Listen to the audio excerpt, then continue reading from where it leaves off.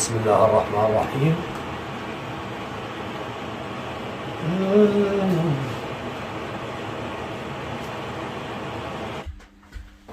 مرحبا يا غوالي، كيفكم؟ شو اخباركم؟ اشتقت لكم كثير، جاي مستعجل كثير لاني مشتاق لكم، وانا بعتذر اني طولت عليكم. اول شغله يعني اهم شغله هي الصحه، مرتي كانت عامله عمليه، وثاني شغله مثل ما بتعرفوا مشان اهلنا بسوريا وبتركيا، ان شاء الله يكون المصاب يعني مو كتير. نتمنى لكم كل خير والله يرحم اللي راحوا. وانا من عنا خسرنا عالم والحمد لله رب العالمين، وكان ما في نفس للتصوير. جينا للب الموضوع. داك يانغ يونغ، ما بحكيكم كوري انا، هاي اسم الاكله. تعالوا لنشوف من شو بتتكون. هي اصولها يعني هي الجوانح المقليه بس على اصولها. تعال، وهيا غوالي كل الادوات موجوده عندنا، هندي صيني ياباني كوري، كلها راح اعلمكم شلون تسوى بالبيت. هي المواد اللي شايفينها قدامكم. طبعا يا غوالي انا متبل الجوانح من امبارح، تعالوا لنشوف مع بعض كيف تبلناهم. نحتاج يا غوالي كيلو جوانح مقطعة ومنظفة، أنا منظفة ومقطعة جاهزة. شوفوا كيف مقطعة، شايفين؟ هاي وهي الجنب الثاني. ومعي هون التوابل لكيلو جوانح. طبعا انتم ما راح تتقيدوا بالمقادير، انا بس راح اعطيكم شو هي التوابل، وانتم بتحطوا حسب الرغبة. انا هيك بدي احط. بالنسبة معي هون دبس بندورة معلقتين كبار، معلقتين اكل يعني تقريبا، معلقتين كمان لبن رايب كمان تقريبا معلقتين وشوي، مو مشكلة، معلقة ونص. هون عندي نص كاسة صغيرة خل ابيض احمر ما بتفرق معاكم. معي هون تقريبا نص معلقة صغيرة فلفل ابيض، ما عندكم فلفل ابيض تستبدلوه بالاسود كمان بيمشي الحال. ومعي هون معلقة ونص ملح، انتو حسب الرغبة الملح معاكم يعني. وكاسة صغيرة مي كلهم. ومعي التومة، هاي حبة توم كلهم هلا بتحطوه بالخفاقة.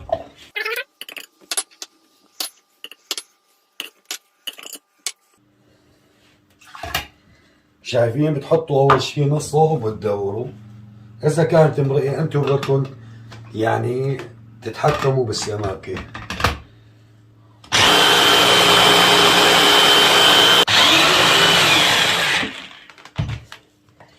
وهلا راح فرجيكم كيف سماكتها. شايفين يا غوالي؟ انا هيك بدي سماكتها بالنسبة الي. شايفين كل المزيج تمام، يعني سميك شوي تقريبا مثل المايونيز، امرق بشوي. وهلا بنضيف الخليط كلياته. ما احتجنا من المي غير نص كاسة صغيرة لانه حاطين خل. بنضيف الخليط كلياته فوق الدجاج مشان يتنغنغ.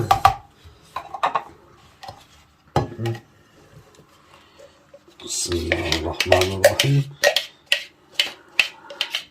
هلا بعد يا غوالي ما ضفت المزيج كلياته او الخليط بدي اخلطهم. انا طبعا راح خليهم بالبراد او راح ابقيهم بالبراد مثل ما بيقولوا لبكره.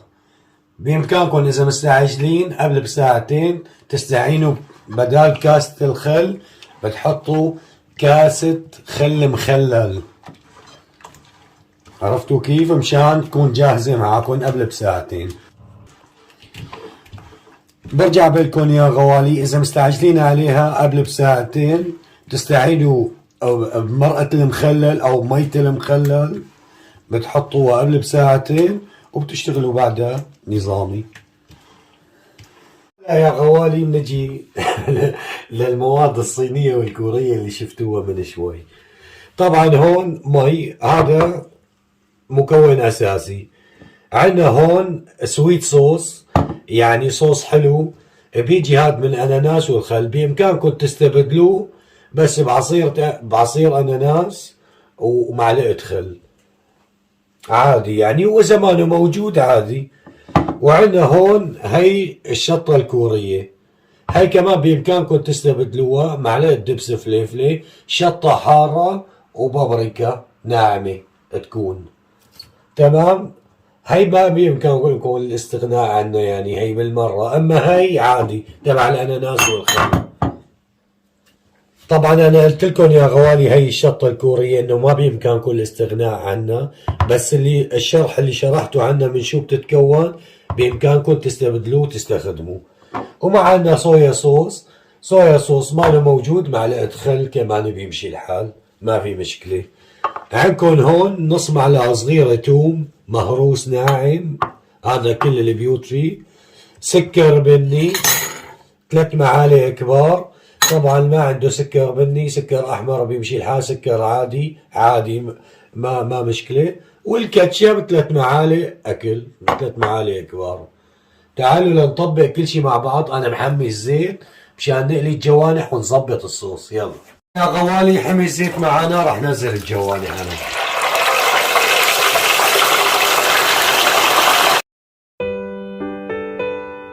هلا يا غوالي راح نجهز الصوص. طبعا انا حاطط الجوانح على النار على القلي طبعا، وهي ما بنحطها يعني ما بنحطها على النار لحتى يستوي الجوانح معنا. نحط اول شي كاس المي، وهذا مثل ما قلت لكم هي السويت صوص، الصوص الحلو بتكون فيكم تستبدلوه بعصير الاناناس مثل ما حكينا. تحطوا هي معلقة وهي معلقتين، انتو هذا شيء على كيفكم يعني، وبامكانكم كمان تستغنوا عنه يعني حتى عصير الاناناس عادي ما تحطوه.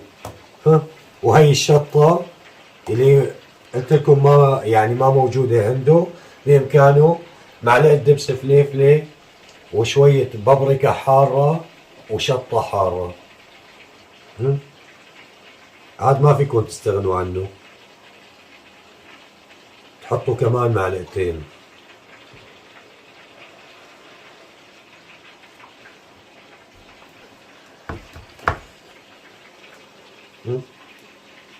تمام.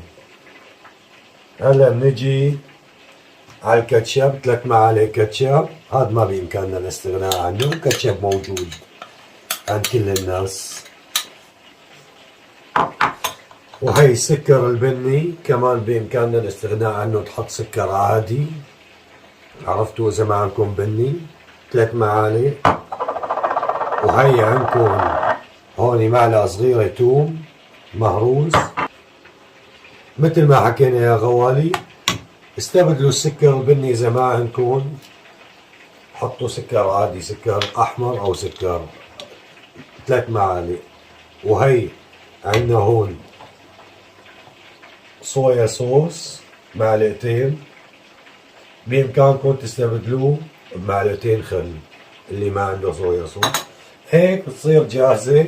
هلا على البارد كل المقادير بتحركوها، جيبوا خفاقة. بسم الله الرحمن الرحيم. وهلا يا غوالي لما باقي لنا تقريبا شي 4-5 دقايق هون بتباشروا حط الصلصة على النار.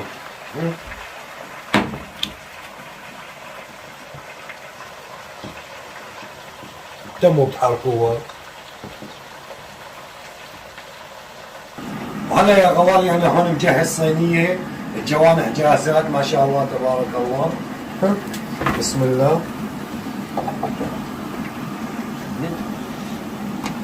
شوفوا يا غوالي كيف صارت سماكتها. انا هي السماكة اللي بدي اياها، شايفين؟ هي شايفين مثل القطر تقريبا. تمام. هلا هيك بنطفي عليها وبنكبها على الجوانح او بنحطها على الجوانح. ايوه. وهلا بنخلط الجوانح كلياتها مع بعضها.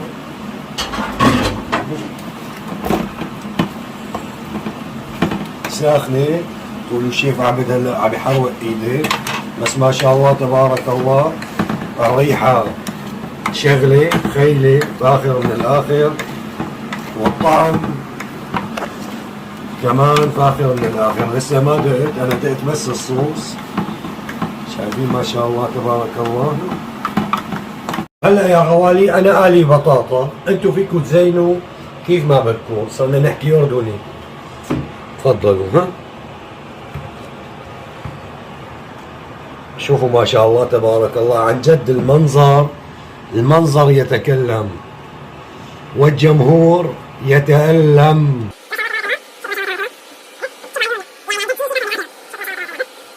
هلا يا غوالي مثل الكوريين، لانه الاكله كوريه بها السمسم، تعملوا لها الرشه هيك الحزينه اللئيمه. ها بس رشه صغيره يعني، بحيث كل القطع يعني هيك ينوبها نتفه سمسم. شايفين؟ ها ما شاء الله تبارك الله. والبصل الاخضر شوفوا. ها يا عين يا عين على عين الزين. شوفوا ما شاء الله تبارك الله. هلا هيك الطبق يا غوالي صار جاهز على الاكل، على الهمش. شوفوا يا غوالي ما شاء الله تبارك الله. بسم الله الرحمن الرحيم. شوفوا ما شاء الله، المنظر لحاله يتكلم والجمهور يتألم. ما شاء الله تبارك الله. يعني انا هلا بس عم بحكي بدي اكل يا جماعة، بدي اوصل لهالمرحلة، مرحلة الاكل، الهبش والنبش. شوفوا ما شاء الله تبارك الله. ها ما شاء الله. راح جرب لكم واحد كل مين بحب شقفة بالجانح الفوقاني ولا التحتاني يكتب لي بالتعليقات. ها بسم الله الرحمن الرحيم.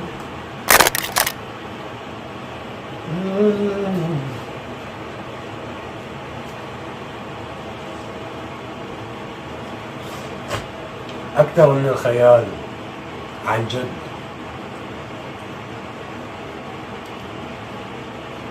طعم رهيب، شي من الآخر، بدي محارم.